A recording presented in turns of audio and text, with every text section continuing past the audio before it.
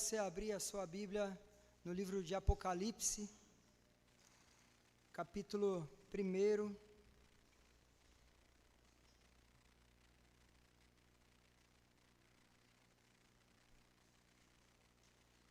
Apocalipse, capítulo 1, nós vamos ler do 1 ao 8, mas nós vamos expor hoje do versículo 4 ao versículo 8.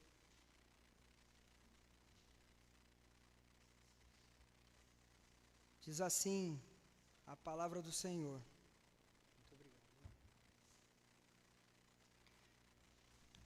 Revelação de Jesus Cristo, que Deus lhe deu para mostrar aos seus servos as coisas que em breve devem acontecer, e que ele, enviando por intermédio do seu anjo, notificou ao seu servo João, o qual atestou a palavra de Deus e o testemunho de Jesus Cristo quanto a tudo o que viu.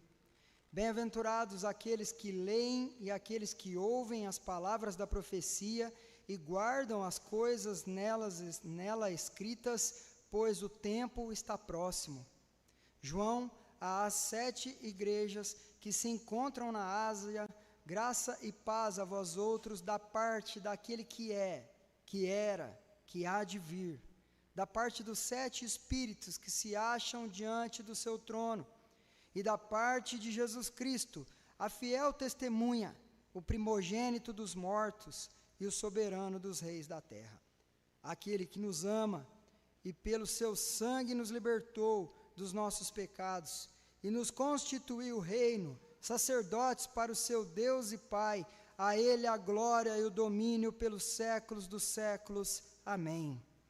Eis que vem com as nuvens, e todo olho verá, até quantos o traspassaram, e todas as tribos da terra se lamentarão sobre ele, certamente. Amém. Eu sou o Alfa e o Ômega, diz o Senhor, Deus, aquele que é, que era e que há de vir, o Todo-Poderoso. Vamos orar mais uma vez? Feche os teus olhos para você concentrar. Não há nada mágico em fechar os olhos na oração, apenas tem o sentido de se concentrar, porque você vai concordar com a oração feita. Senhor, nós estamos aqui totalmente reverentes à Tua palavra, reverentes ao Senhor, e nós suplicamos ao Senhor que venha nos iluminar neste momento. Sua palavra foi lida. Eu quero pedir ao Senhor que o Senhor venha usar a boca daquele que prega, perdoando seus pecados e usando, Senhor, para o Senhor falar com o seu povo, e que o Senhor abençoe a sua igreja nesta noite, que está sedenta por ouvir a sua palavra. Traga, se for da sua vontade, transformação para cada um de nós, e nos desperte para a revelação que vem da parte do Senhor. É assim que nós oramos, em nome de Jesus. Amém e amém. Hoje, para algumas pessoas, a palavra Apocalipse se tornou sinônimo de caos e de destruição. Alguns têm até medo de falar Apocalipse. Outros não leem o livro de Apocalipse com receio de ficarem impressionados e tal. Alguns crentes mantém na cabeça que Apocalipse é um livro que se lê, mas é muito complicado de se entender, não se entende nada.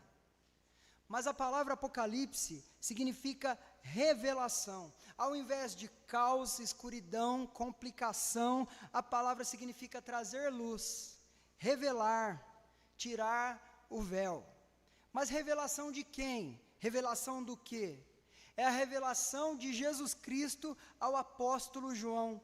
Revelação de uma mensagem da parte de Deus que foi trazida ao apóstolo para que ele registrasse e enviasse a outros crentes também, enviasse a outras igrejas. Se nós formos estudar um pouco mais a fundo Apocalipse, seu capítulo 2, seu capítulo 3, ali nós encontramos alguns dos destinatários desse livro escrito pelo apóstolo João.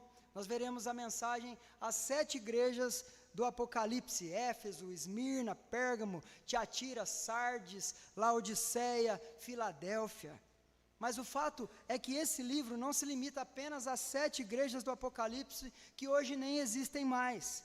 Essa mensagem foi para os crentes daquela época, mas também é para os crentes de hoje. Esse livro, ele é destinado a todos aqueles que creem verdadeiramente em Jesus Cristo, todos aqueles que leem, que ouvem, que guardam o que está escrito nessa palavra, como nós lemos aqui no versículo 3. Apocalipse é um livro muito vasto, que traz revelações passadas, presentes, futuras. O livro, ele é dividido em 7 partes que contam a mesma história. Se você ler do começo ao fim Apocalipse, você, com o tempo de leitura, você vai perceber que é uma mesma história, que ela se repete de prismas diferentes. A história de um Deus que governa tudo, que é eterno, poderoso, que decidiu se encarnar, viver na terra sem pecado, se entregar para morrer no lugar do seu povo, ressuscitar, subir aos céus e reinar. Um Deus que viveu a morte e hoje está sentado no trono celestial reinando, e um dia voltará.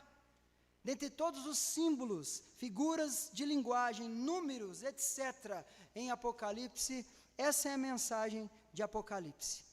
Apocalipse mostra o Senhor Todo-Poderoso e usa uma palavra, e usa em muitos momentos aqui uma palavra no grego, que é a palavra pantocrator, que significa aquele que detém todo o poder. Uma palavra característica de Apocalipse, porque ela aparece 10 vezes no Novo Testamento, 9 vezes em Apocalipse e uma só em 2 Coríntios 6, verso 18. Então a conclusão para tudo isso que estamos falando é que existe um personagem absoluto em Apocalipse, que não é a besta, não é o anticristo, não é Satanás, nem os cavaleiros do Apocalipse. Esses são só figurantes dessa grande história, mas o livro fala de um personagem que é a própria mensagem do Apocalipse, o Deus absoluto, o personagem principal, que é Jesus Cristo, e Jesus Cristo como conquistador absoluto. Porém, olhando de forma mais específica para o texto que nós vamos expor nessa noite, Apocalipse 1, de 4 a 8, nós veremos o Deus pleno se revelando. Os versos 4 a 8 são um resumo de Apocalipse. Há uma saudação, há um corpo, há uma conclusão. E traz um fato muito interessante nessa porção para justificarmos na palavra essa questão da mensagem ser do Deus absoluto. Eu não sei quantos de vocês já perceberam, mas nesse trecho de texto que nós lemos, há uma ênfase no número 3. Nós podemos dizer que esse texto possui uma estrutura trinitária. E é fantástico isso. E nós vamos justificar. Se você correu seus olhos, a título de introdução ainda, na sua Bíblia, dos versos 4 ao primeira parte do verso 5, nós vemos uma saudação que vem da Trindade. Olha comigo esses versos. Ali diz: graça e paz da parte do Pai, que é, que era e que há de vir, 3. Do Espírito, 7 Espíritos mostrando a plenitude do Espírito. De Jesus, que também tem 3 ali, fiel testemunha, primogênito dentre os mortos, soberano dos reis da terra. Número 3 é evidenciado.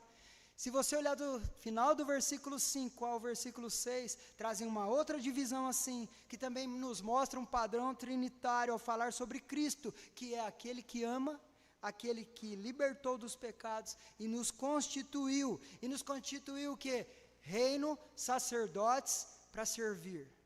Número 3, evidente. O verso 7 nos mostra mais uma divisão dentro desse trecho de texto, aqui enfatizando a certeza de que Cristo virá. Eis que vem nas nuvens, e todo olho verá, até os que lhe traspassaram, e todos se lamentarão por causa dele. E ainda nós temos o verso 8 com mais uma observação muito importante. O Senhor diz 3 coisas acerca dele mesmo. Eu sou o Alfa e o Ômega. Eu sou aquele que é, que era e que há de vir, o Todo-Poderoso, o Pantocrator. O número 3 aparece todo o tempo. E essas divisões, então, apontam para quê? Para a plenitude de Deus. Apontam para a existência de um Deus triuno.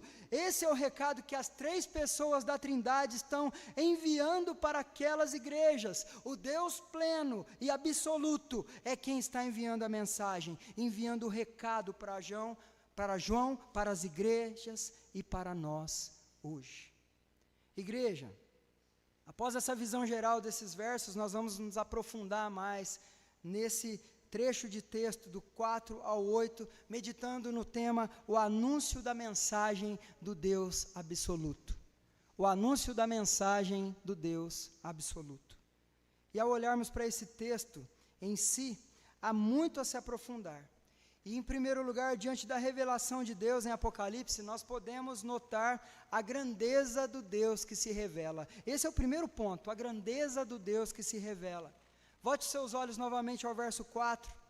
João escreve para 7 igrejas da Ásia Menor, igrejas que eram reais, que existiam nessa região, que é a Turquia atualmente, região antes governada pelo Império Romano. Igrejas perseguidas que enfrentavam certas dificuldades, como hoje também se vê em um contexto próximo, mas também em um contexto mundial. Igrejas formadas em um contexto onde o imperador era considerado Deus.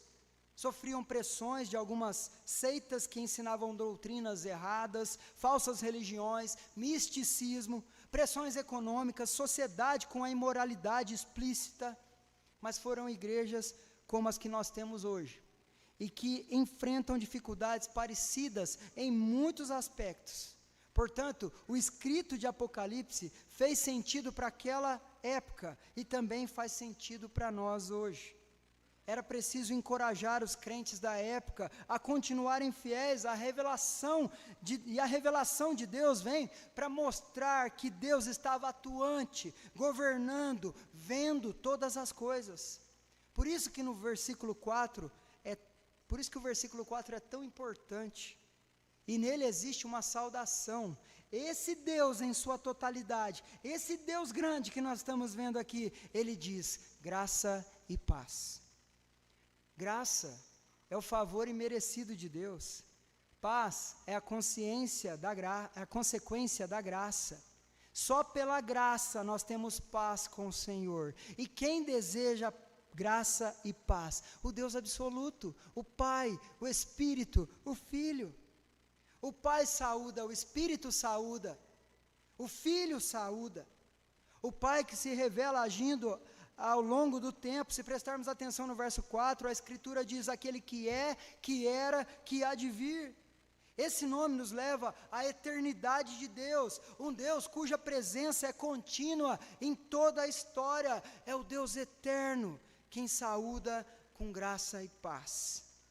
A saudação também é da parte dos 7 Espíritos, mostrando o quê? A plenitude do Espírito Santo.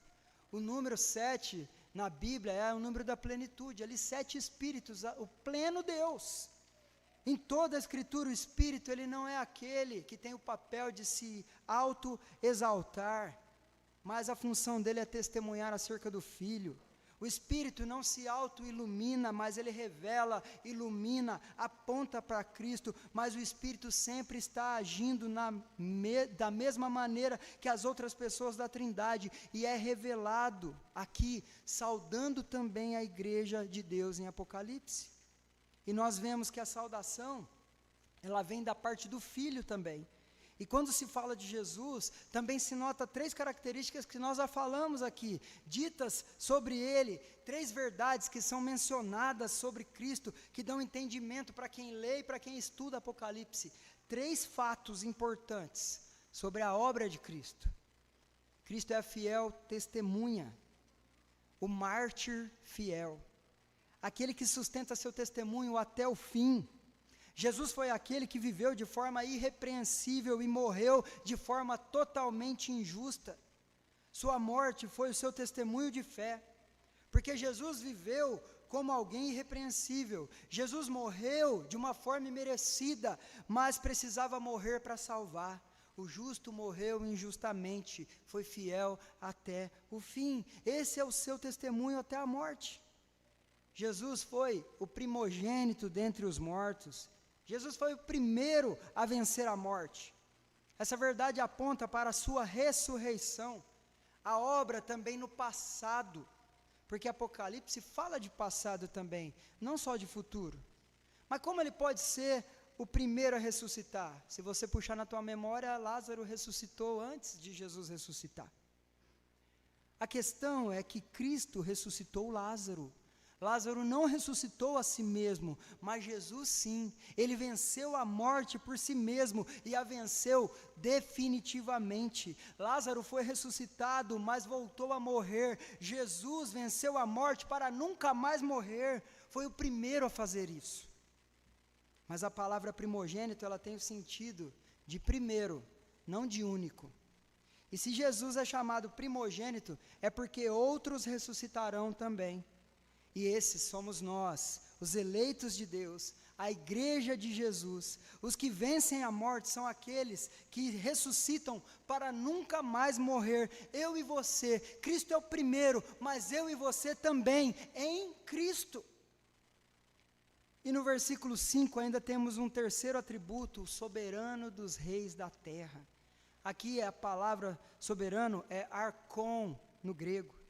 É aquele que está na cadeia, ele está acima, numa hierarquia, ele está acima de todos, acima de tudo que se conhece como autoridade na terra. É a autoridade que está acima das autoridades. Isso é importante pensando no contexto de mundo da época, que pregava o imperador como o senhor dos reis. Jesus se apresenta como a autoridade exaltada, acima de toda e qualquer outra autoridade. E essa frase aponta para a ascensão de Jesus, a subida de Cristo aos céus, após a sua morte e ressurreição, o nível mais alto de exaltação possível. A palavra reis aqui aponta para todo o poderio na terra. E sabemos que o mundo espiritual existe. A Escritura nos revela isso, e que também o poderio maligno está na terra. O fato aqui é que sejam homens ou demônios, Jesus está acima de todos os poderes que governam a terra. Olha quem é o nosso Deus, igreja. Olha a grandeza do nosso Deus, olha a grandeza do Deus que se revela. Irmãos, a graça e a paz que Deus saúda esse seu povo, tanto naquela época quanto hoje, vem desse Deus triuno que carrega em si todos esses atributos que nós falamos aqui. Mas o que isso gera em você? Saber disso provoca o que no seu coração? Esse é o Deus que nós servimos. Esse é o Deus que se revela no livro de Apocalipse e também em toda a Escritura. Então nós precisamos rever nossa postura diante dessa verdade revelada, porque em muitos momentos nós andamos vivendo sem ter a noção da grandeza desse Deus que nos salvou, que nos escolheu. E nós vivemos cabisbaixos na vida, cedendo a toda e qualquer dificuldade, porque não temos a noção do Deus pleno, da grandeza do Deus que nos escolheu e que nós servimos. Então nós precisamos rever nossa postura por mais dificuldades, ou qualquer outra coisa que enfrentemos na nossa vida. Esse é o Deus que nos saúda e que concede graça e paz. Que essa revelação da grandeza de Deus hoje transforme o nosso viver e traga a mudança de postura diante dos obstáculos da vida, porque você já tem essa graça, você já tem essa paz sobre você. Foi esse Deus absoluto quem te concedeu e é Ele quem mantém essa graça e essa paz na sua vida. Então, comece a desfrutar um pouco mais dessa graça e dessa paz, não por você, mas por quem é o seu Deus. Esse é o Deus que nos salvou, esse é o Deus que está conosco, e é o Deus absoluto que diz para você, graça e paz. Amém? Em segundo lugar, entrando no final do verso 5, e já entrando no verso 6, ao vermos toda essa grandeza de Deus, das três pessoas da Trindade, e vermos a Escritura nos mostrar que a nós foi oferecida a graça e a paz por meio desse Deus poderoso, o que o texto mostra é, além da saudação, uma ênfase de louvor. Nós estamos dos versos 5b até o 6, nós estamos diante de uma doxologia. Doxologia vem da palavra grega, que significa, é uma expressão grega que significa palavra de glória. É uma declaração formal de louvor que atribui glória e honra, louvor a Deus. Vamos ler os versos, final do versículo 5 e o 6. Àquele que nos ama e pelo seu sangue nos libertou dos nossos pecados e nos constituiu reinos sacerdotes para o seu Deus e Pai, a Ele a glória e o domínio pelos séculos dos séculos. Amém. A revelação do Deus triuno nos leva a uma consciente exaltação àquele que nos salvou. Esse é o segundo ponto, a exaltação àquele que nos salvou. Essa doxologia é voltada para o Filho, é consciente porque o louvor nesse texto vem logo após a revelação detalhada de quem é Jesus. E o texto segue aprofundando a manifestação e o resultado da obra de Cristo por nós. E essa obra se inicia com a verdade que, sendo Deus, Jesus nos ama. Nos ama com amor incondicional, imensurável, incompreensível, indescritível. Porque como diz Efésios capítulo 2, nós éramos pessoas estavam mortas em delitos e pecados, éramos filhos da ira, andávamos segundo as inclinações da carne, mas Deus, com todos esses atributos maravilhosos, perfeitos, puro, santo, Ele decidiu nos amar e o fez em Cristo. E o verbo aqui não está no passado, mas num presente contínuo. Esse verbo tem a raiz na palavra agapao, que carrega a ideia de um amor permanente, fiel, contínuo, incondicional. É o amor derivado de aliança. Está ligado à palavra àquele no texto, ou seja, Cristo. Cristo é quem nos ama. Não nos amou apenas no momento da cruz, mas nos ama hoje e continua nos amando, continuará nos amando. Nos ama hoje e sempre. Não nos ama por nós, mas nos ama por si mesmo. E essa é a garantia de termos o amor de Deus para sempre. Ele nos ama por Ele mesmo. E eu quero fazer uma observação aqui. Não queira ser maior do que Deus na sua própria vida. Eu digo isso porque se nós voltarmos nossos olhos com sinceridade para a nossa condição pecaminosa, nós podemos correr o risco de identificar coisas tão absurdas, tão terríveis em nós, e nos enxergarmos não amáveis até para Deus. Mas Deus não te ama por você. Deus te ama por Ele mesmo através de Cristo.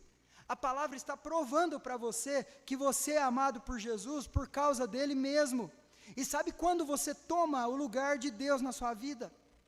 Quando você não aceita esse amor e se decreta condenado por si mesmo. O que você tem que fazer é não aceitar o pecado, se arrepender, pedir perdão, se voltar e se alinhar com Deus, mas saiba que esse erro que te consome, esse defeito que você deixa sempre evidente em você mesmo, esse acontecimento que marcou a tua vida para o lado negativo, não é maior que o amor de Jesus por você, porque não é por você, é por Ele. E quando você se lembrar disso, lembre-se também do conteúdo dessa revelação da parte de Deus para você. E você vai se lembrar que Ele é o próprio motivo do amor. Ele é o próprio amor. E esse mesmo Cristo exaltado também, na continuação do texto, o texto diz que nos libertou. E o verbo libertar aqui é um auristo, que significa, tem o sentido de uma ação total e pontual. É um ato consumado. Cristo já nos libertou. Mas libertou do quê? Não foi apenas de enfermidades, não foi apenas de problemas emocionais, de um problema financeiro, Mas Jesus nos libertou do maior problema da nossa existência. E qual é ele? O pecado. Como diz Romanos 3:23, todos pecamos e estávamos destituídos da glória de Deus. Mas Jesus nos libertou da prisão do pecado, nos libertou da morte do pecado, e não foi uma libertação barata, de preço insignificante. Jesus resolveu esse problema pagando o preço por nossa libertação, e o preço foi sangue derramado. E foi pelo sangue derramado que o mesmo texto em Romanos 3, 23 que nós falamos, o 24 diz que é por isso que nós fomos também nele justificados. Nós precisamos ter isso em nossa mente, porque em muitos momentos nós estamos vivendo como pessoas que pensam que foram compradas por preço barato. Não nos lembramos que a nossa libertação da escravidão custou um alto preço, preço de sangue. E nós não podemos ficar vivendo como escravos, sendo livres. Você hoje sofre as consequências do maior problema, que é o pecado. As consequências ainda estão, nós não somos glorificados ainda. Mas você não é escravo do pecado. Você não pode ser como um elefante. Você lembra daquele exemplo do elefante num circo? Você pode fincar um graveto desse tamaninho, fininho, com a corrente, e a corrente na pata dele, você crava no chão, e ali ele fica preso. Ali ele fica. Não estou falando da força do próprio elefante, mas de saber que ele pode estar livre, se libertar daquelas cadeias, mas ele não percebe. Nós não podemos mais viver condicionados ao pecado. Jesus pagou o preço e nos libertou. Esse é o sentido de você dizer que você é livre. E que verdade tremenda é essa? Mas sabe o que acontece com nós, conosco e com muitos outros? Basta a gente ter um tempinho de tranquilidade e nós começamos a achar que nós somos livres por nós mesmos. E nós começamos a usar de forma errada a liberdade. E quando isso acontece, é porque estamos nos desviando de Jesus. E afastados de Jesus, nós estamos entregues aos desejos do nosso coração. E a palavra diz que o nosso coração é enganoso. Nosso coração cada dia nos levará para uma vida impura e longe de Deus. Cada vez que você, pensando ser livre, seguir o seu coração e a sua mente, ao invés de você seguir o que a palavra de Deus te diz, você estará pegando um trem-bala para retornar para a prisão do pecado. Agora não é nem trem-bala mais, né? Agora é o trem de levitação magnética, L0 Maglev do Japão, 600 km por hora. Essa é a velocidade que, quando você pega o trem do seu próprio coração, você volta para a escravidão, você volta para a prisão. Cada dia você irá para mais perto daquilo que te escraviza e te afasta de Deus. Essa não é mais sua condição. Deixa eu te perguntar, quantas vezes você seguiu seu próprio coração e acabou aprisionado em um problema? Quantas vezes você seguiu seu próprio coração e se encontrou na prisão da dor? Você precisa tomar cuidado para não continuar vivendo como escravo, quando na realidade você é livre em Jesus Cristo, fazendo coisas e se comportando como escravo do pecado. Você precisa se apropriar da liberdade que Jesus te concedeu. Para de brincar com a morte. Para de flertar com aquilo que te leva à prisão. E escolha pagar o preço, lutar com todas as suas forças para não cair em pecado. Nós precisamos crer que nós somos livres e viver como pessoas livres, porque o preço foi pago e custou caro, e foi te dado de graça por meio de Jesus. Somente em Cristo somos livres, não é isso que diz João 8,36? Se, pois, o Filho vos libertar, verdadeiramente sereis livres. Liberdade é permanecer em Jesus. Jesus nos libertou do nosso maior problema. Esse é um dos motivos de louvor registrados nessa doxologia aqui de Apocalipse. E não parou por aí. Jesus nos libertou e também nos estabeleceu numa condição. Ele nos constituiu. E aqui também é um verbo pontual, que tem sentido de uma ação completa também. E olhando para esse texto, esse verbo revela a nossa identidade. Isso é muito importante. Enquanto eu tomo uma água aqui, Pense por alguns segundos, qual é a sua identidade em Cristo?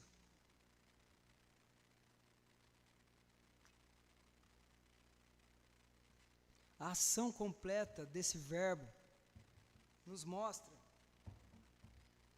que nós já fomos feitos reino e sacerdotes para Deus e Pai. E isso é maravilhoso quando pensamos em nós como povo de Deus. Já somos reino de Deus, já somos sacerdotes. Não é uma realidade futura, mas uma realidade já inaugurada. A igreja não vai reinar, ela já reina. A igreja reina com Cristo já, porque não somos mais escravos. E a nossa função já é de sacerdotes. E o que isso significa? A palavra diz que Jesus é o sumo sacerdote, o pleno sacerdote. Ele por si mesmo ofereceu-se em sacrifício. Por vontade própria se entregou como um cordeiro perfeito para pagamento pelos pecados do seu povo. Mas Jesus nos deu a função de sacerdotes hoje. Se formos pensar no Antigo Testamento, os sacerdotes eram os únicos que podiam entrar na presença de Deus. Eles faziam intercessão pelo povo.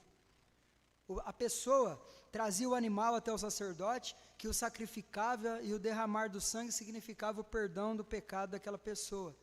Mas a vitória de Jesus na cruz, no Calvário, mudou tudo isso. No momento em que tudo foi consumado, Mateus 27, e a palavra diz que o véu do santuário se rasgou de cima a baixo, nós recebemos acesso à presença de Deus. E hoje executamos as funções sacerdotais também, nesse sentido. Hoje nós apresentamos as ações de graças diante de Deus. Hoje nós oramos a Deus, oramos uns pelos outros, elevamos a Deus sacrifícios de louvor, mas algo mais aconteceu também. Como cidadãos do reino e sacerdotes do rei, nós carregamos uma mensagem que não é nossa, mas é a mensagem vinda do rei. A mensagem de perdão e salvação por meio de Jesus, que se chama Evangelho, que um dia recebemos e é para ser compartilhada com o mundo. Nós temos essa mensagem e nós, igreja, é que devemos levar ao mundo essa oportunidade de salvação que está em Jesus Cristo. E se você se lembrar dos sacerdotes no Antigo Testamento, eles realizavam um sacrifício físico, mas o que acontecia era algo espiritual. Hoje é a mesma coisa. A obra da salvação quem faz é o rei. O nosso papel é vivermos como representantes do rei dos reis e proclamadores do evangelho aqui na terra. O restante é com o rei. É ele que converte. É ele que salva. Igreja, essas duas questões, reino e sacerdócio, que vimos agora, trazem pontos muito importantes para a nossa vida. Porque se somos reino, nós precisamos zelar pelo reino. Precisamos hoje ter a noção que nós somos aqueles que cuidam, que agem, que vivem de acordo com o reino. Mas é uma redundância dizer que não podemos esquecer que para um reino existe um rei. E só conseguiremos zelar pelo reino, agir e viver segundo a maneira do reino, se conhecermos a vontade do rei. Então, se Jesus nos estabeleceu como reino, nós temos que ter um relacionamento com ele. Se não fosse assim, ele não inspiraria a João para registrar uma revelação como a de Apocalipse. Nós precisamos conhecer a vontade dele, conhecer a maneira que ele deseja que representemos como cidadãos do reino. Nós precisamos obedecer às ordens do rei, precisamos desenvolver comunhão com o rei, leitura da palavra, oração. Sendo o reino de Deus, nós podemos chegar até ele, conversar com ele com muita reverência, ouvir o que ele diz. Só que existe uma outra coisa. Também fomos feitos sacerdotes. Se somos cidadãos do reino com a função de sacerdotes, nós devemos servir a Deus. Daqui a pouco nós vamos falar da certeza da segunda vinda de Jesus. A certeza da volta do Rei dos Reis, que nós não sabemos quando será, mas ele voltará. Mas até esse dia, nós servimos como sacerdotes desse rei aqui na terra, anunciando a salvação para todos que nós pudermos. E uma coisa é feita de outro modo por nós, diferente do Antigo Testamento. No Antigo Testamento as pessoas iam até o sacerdote para buscar seu alinhamento com Deus. Hoje, os sacerdotes, que somos nós, também vão, na maioria das vezes, até as pessoas. Nós devemos ir até as pessoas, servir como sacerdotes do rei hoje, é assim. Isso é muito mais do que participar do culto de domingo, do estudo de quarta. Isso é cultuar a Deus com a vida. É aproveitar todo momento, toda oportunidade para proclamar a salvação que só existe em Jesus. Mas aí vem a questão, o ponto. Eu preciso viver essa mensagem na minha vida, para que eu possa cumprir a minha nomeação de sacerdote. Todos no Antigo Testamento olhavam e sabiam quem eram os sacerdotes. As pessoas precisam ver também em nós. E essa questão também envolve o nosso relacionamento com o rei, ter vida com Deus. Se não for assim, não será um sacerdote, um sacerdócio, mas será farisaísmo. Se nós não termos vida com Deus e anunciarmos por aí, sem termos essa vida, não será sacerdócio, será farisaísmo. Por isso, invista mais na sua vida espiritual. Entenda sempre como desenvolver essa função que te foi dada. Dê testemunho para as pessoas através da sua vida. Deixe as pessoas desejosas por servir ao Deus que você serve. Hoje, nós somos aqueles que levam a mensagem da salvação, conquistada para nós por meio daquele que nos ama, nos libertou, nos fez reino e sacerdotes. Esse é o ato de compartilhar o Evangelho. E todas essas maravilhas vindas de Cristo para nós são a essência dessa doxologia que nós estamos vendo aqui do final do versículo 5 e o versículo 6 em Apocalipse. Porque são reveladas e entregues a nós para a glória e louvor do próprio Deus. E o verso 6 termina dizendo: a Ele a glória, o domínio pelos séculos dos séculos. Amém. E chegamos então ao terceiro ponto dessa ministração. E agora vem uma declaração de certeza. Esse é o terceiro ponto. O anúncio da mensagem do Deus absoluto nos leva à grandeza de Deus, do Deus que se revela, à exaltação àquele que nos salvou e também à certeza escatológica da revelação. Versículo 7 diz assim: eis que vem com as nuvens, e todo olho verá, até quantos o traspassaram, e todas as tribos da terra se lamentarão sobre ele, certamente. Amém. Essa primeira palavra, eis, aqui no texto, significa que o que virá é um anúncio importante, um alerta profético. No grego significa que o que será anunciado é certo de acontecer, não é metáfora. E o que se dará aqui é a promessa do retorno daquele que nos ama, nos libertou e nos constituiu reino e sacerdotes. O texto está enfatizando que a igreja pode ter a certeza do retorno de Cristo. Ele vem, é isso que o texto diz. É o retorno triunfal de Cristo que irá acontecer, do alto, descendo com as nuvens. Uma imagem que nos leva a pensar que ninguém mais pode fazer, pois quem é capaz de se apresentar assim? Quem você conhece ou já ouviu falar que é capaz de se apresentar assim? Mostrando então a forma triunfal da segunda vinda. E esse retorno não será oculto, que poucos verão, mas a palavra diz que todo olho verá, todos verão. É por isso que ninguém deve se preocupar quando ouvir alguém dizer: olha, eu acho que Jesus voltou lá no Japão primeiro, e depois ele vai voltar aqui. Não, será um evento mundial, todos verão. O próprio Cristo anunciou essa verdade em Mateus 24:30, que diz assim: então, eu vou ler para você, Mateus 24:30, então aparecerá no céu o sinal do Filho do Homem, todos os povos da terra se lamentarão e verão o Filho do Homem vindo sobre as nuvens do céu com poder e muita glória. E Jesus também disse que a sua segunda vinda seria como um relâmpago que cortaria do Oriente ao Ocidente. Mateus 24, 27. Próprio Jesus dizendo: porque assim como o relâmpago sai do Oriente e se mostra até o Ocidente, assim há de ser a vinda do Filho do Homem. Todos verão, até aqueles que já morreram. Pois independente de céu ou inferno, todos ressuscitarão. Para a glória, para a perdição, até aqueles que o traspassaram, como está lá em João 19, 34, soldado que atravessou uma lança em Jesus, soldados que o furaram, pois nesse dia, no momento que Jesus voltar, será o dia do juízo, o juízo final. E Filipenses diz que todo joelho se dobrará, toda a língua confessará o senhorio de Cristo. E a palavra diz que todas as tribos se lamentarão. Todos lamentarão. A segunda vinda será um dia de glória, mas glória para a igreja de Cristo, para os salvos, para os eleitos. Porém, para os povos que ficaram afastados ou fora de Cristo, lamentação.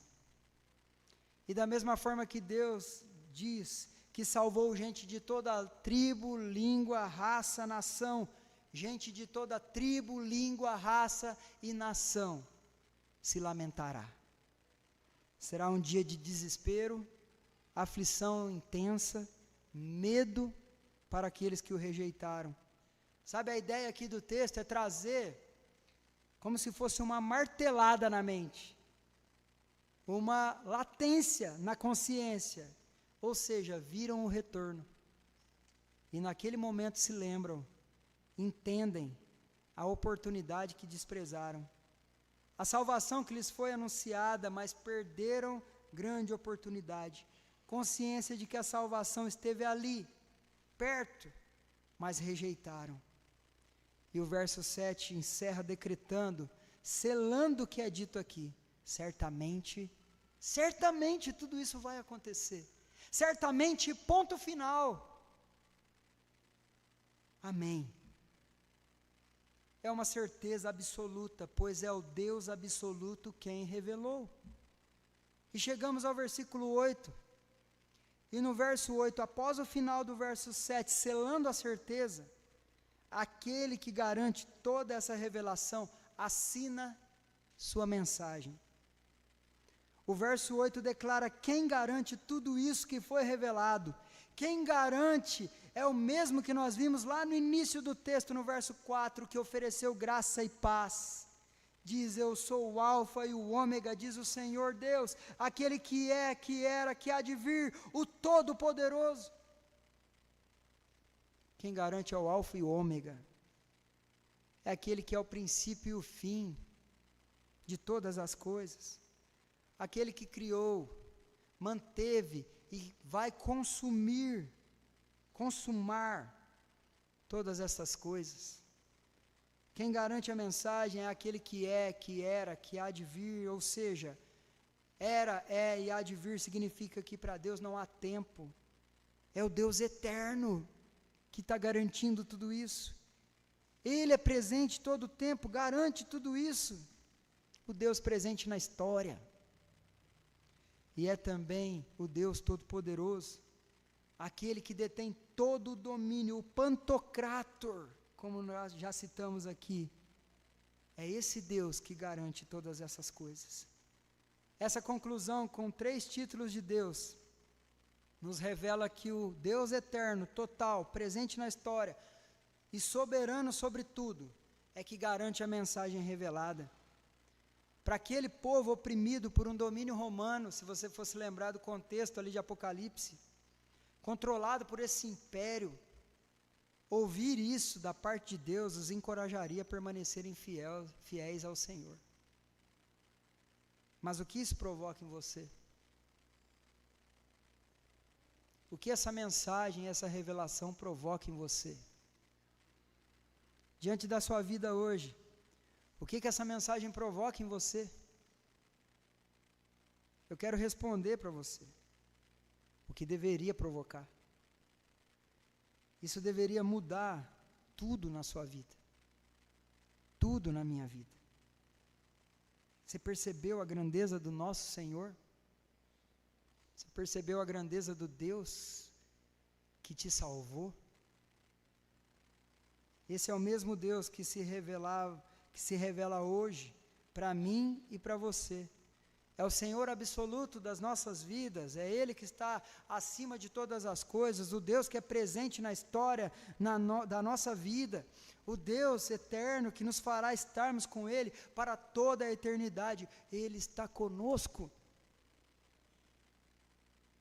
E eu quero concluir lembrando algumas coisas do que nós falamos aqui. O livro de Apocalipse, ele foi escrito para a igreja de Cristo, que é você hoje. Lá no livro, representada pelas 7 igrejas destinatárias. Porém, nós somos esse alvo do escrito hoje. E o Deus triuno sempre agiu, está agindo e agirá, tanto naquela época quanto hoje em nossas vidas. Ele está trabalhando intensamente para o bem da sua igreja, igreja que eu e você fazemos parte. E Ele oferece graça e paz, a graça e a paz dEle para nós hoje, como ofereceu no passado. Nós sabemos da grandeza de Deus, nós vimos no verso 4 e verso 5, e isso nos ajuda a nos apropriarmos dessa graça e dessa paz, porque aquele que a oferece é fiel e poderoso para mantê-la em nossa existência. Você tem perdido a paz? Você tem se esquecido da graça? Ele garante que essa graça e essa paz está sobre você. Viva! Cristo, através da sua morte, ressurreição e ascensão, venceu todo o poder humano ou espiritual existente. Ele venceu por amor de nós, nos libertou do pecado, através do seu sangue, que é a maior prova de amor. Cristo nos fez reinar com Ele por toda a eternidade. O seu povo está reinando com Cristo, independente da perseguição ou dificuldades. Você. A segunda vinda é uma certeza real também. Como esses crentes fiéis que Jesus salvou,